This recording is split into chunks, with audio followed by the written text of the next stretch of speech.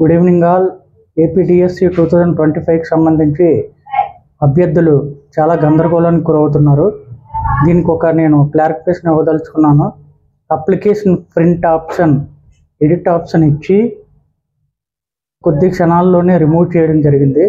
దానికోసం మీకు అందరూ కూడా అభ్యర్థులందరూ కూడా మెరిట్ అభ్యర్థులందరూ కూడా చాలా గందరగోళానికి గురవుతున్నారు. దీనికోసం వివిధ యూట్యూబ్ ఛానల్ వాళ్ళు వాళ్ళకి నచ్చినట్టు వాళ్ళ నోటుకు వచ్చినట్టు చెప్తున్నారు, అభ్యర్థులు గందరగోళానికి చేస్తున్నారు. దీని మీద అయితే మీకు ఒక క్లారిటీ ఇవ్వదలుచుకున్నాను. ఇంత లేట్ నైట్ అయినా మీకోసం ఈ నైటు మీరు ప్రశాంతంగా పడుకుంటారని ఇంత లేట్ నైట్ అయినా మీకోసం ఈ వీడియో చేయడం జరుగుతుంది. సో డిఎస్సి అభ్యర్థులందరూ 2025కి సంబంధించిన మెరిట్ అభ్యర్థులందరూ మీ వ్యక్తిగత లాగిన్లో అప్లికేషన్ అనేది ఎడిట్ ఆప్షన్ ఇచ్చి ఎందుకు తీసేశారంటే, ఈ సెలెక్ట్ అయిన అభ్యర్థులకి ఈ పోస్ట్ ప్రిఫరెన్సెస్ అనేది ఎడిట్ ఆప్షన్ ఇవ్వడం జరిగింది. అలా ఇవ్వడం వల్ల ఏమైందంటే అందరూ లాగిన్లో ఎడిట్ ఆప్షన్ ఇచ్చారు. సెలెక్ట్ అయిన వాళ్ళు అవ్వలేని వాళ్ళు ఆ ఎడిట్ ఆప్షన్లో పోస్ట్ ప్రిఫరెన్సెస్ అనేవి మార్చుతున్నారు. దీన్ని గమనించిన డిఎస్సికి చెందిన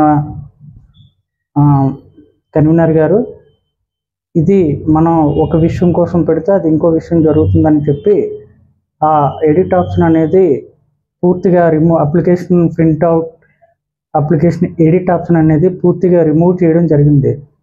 దీనిని టెక్నికల్గా ప్రాసెస్ చేసి ఎవరైతే మెరిట్ జాబితాలో ఉన్నారో, ఎవరైతే సెలక్షన్ కాల్ లెటర్స్ వచ్చాయో వాళ్ళకి మాత్రమే ఎడిట్ ఆప్షన్ వచ్చేలా తయారు చేసి మళ్ళీ పెడతారు.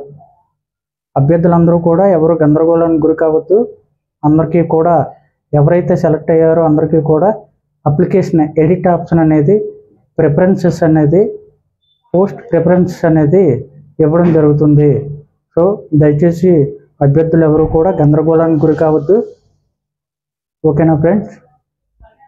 ఈ విషయం మీకు చెప్పడం కోసం ఇంత లేట్ నైట్ అయినా మీకు కోసం వీడియో చేస్తున్నాను.